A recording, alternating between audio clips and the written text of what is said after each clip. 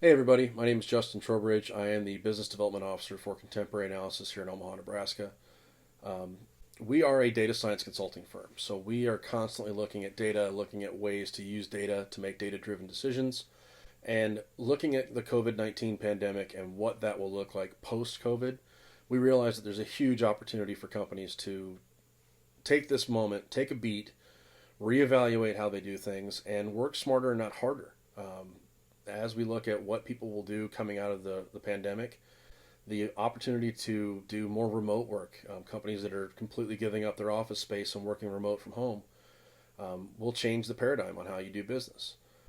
The the methodology of what you need to do to close a deal will change. Some the value propositions may change, the opportunities may change. So when we look at prediction and what we can do to help with this environment that's coming up, we look back to what we've done in the past that was successful. One of those projects was a predictive project we did for Omaha Public Power District. That project, that solution we built, was a predictive model that used the and created personas of everybody that's in the OPPD network, their customers. So every customer had different traits and attributes that came from their purchase history and things like that in the OPPD network. We also overlaid it with publicly available information, even some privately available information that was purchased.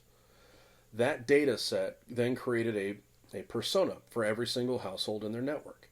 It told them the likelihood or less likelihood of someone purchasing any of their new offerings. So things like green energy or um, power surge, things like that. Those opportunities then became readily available because we could understand, hey, this kind of person is more likely to buy a green energy solution than this kind of person.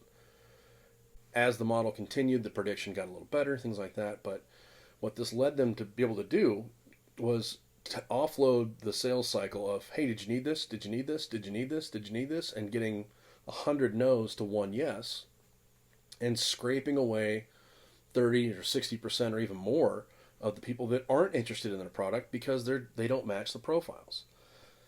That helped them whenever someone contacted that organization, they could say, hey, I need this, or I need to update my card on file, or here's the payment or whatever.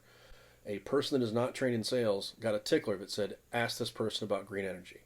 They could say, hey, have you ever thought about upgrading to our green energy program? Oh my God, that's amazing. I would totally love to do that. Kick them over to the sales department. Sales department's shooting fish in a barrel. Now, on the flip side of that, that same predictive model allowed them to be more effective in marketing.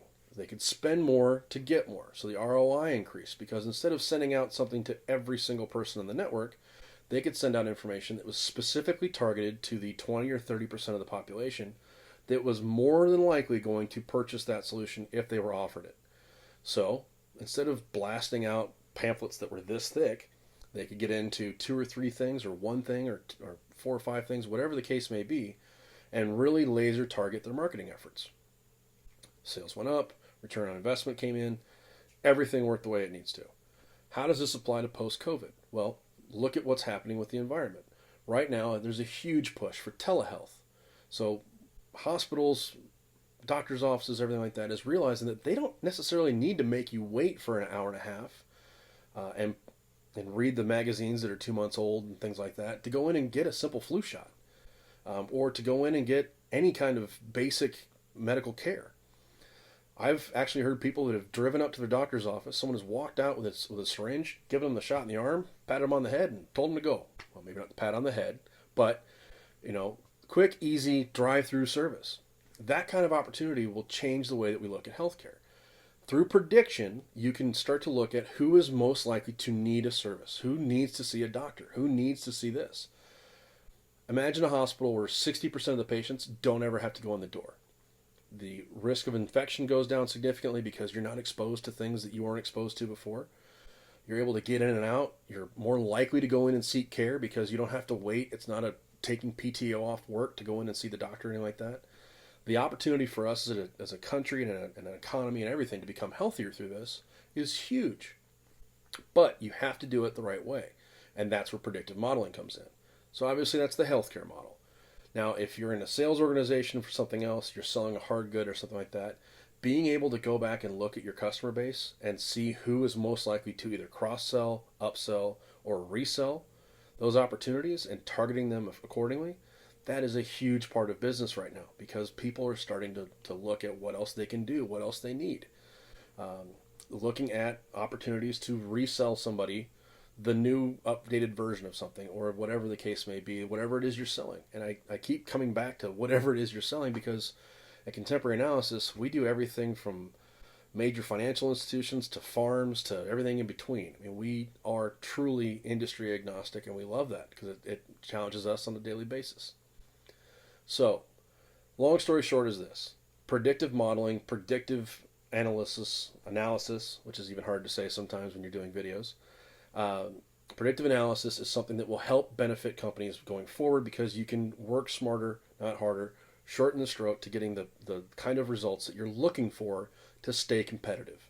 The companies that do not embrace data coming out of this are the companies that will struggle for years to come while their competitors lap them like crazy. So, sounds a little scary, sounds a little over the top, sounds a little complex. It's really not, because of a couple reasons. One, we're here to help. We can be your data science team. We can work with you. We can work with your existing team. If you don't have a team, we happen to run the Omaha Data Science Academy. So we can train you a data science team. We can upskill the people that are in your corporation already. They're a great culture fit, so might as well make them a great asset and keep them for the long run and help them become owners in that solution going forward. And finally, if and when everything's all said and done, if you need us to step in and help out with a major problem or something like that to help push you over that hurdle, we're more than happy to do that. So, you can learn more about contemporary analysis in the link below. You can learn more about the Omaha Data Science Academy in the link below. Of course, you can get a hold of us, so I'll put my email as well as Nate Watson, who's the president of Contemporary Analysis. Both of our emails are listed here on the screen now. The end of the day, COVID-19 will change the way that people do business. It still remains to be seen what exactly that will do for everybody long term, but I can guarantee you that working smarter, not harder, using data-driven decisions to make those huge steps forward will be a key part of it.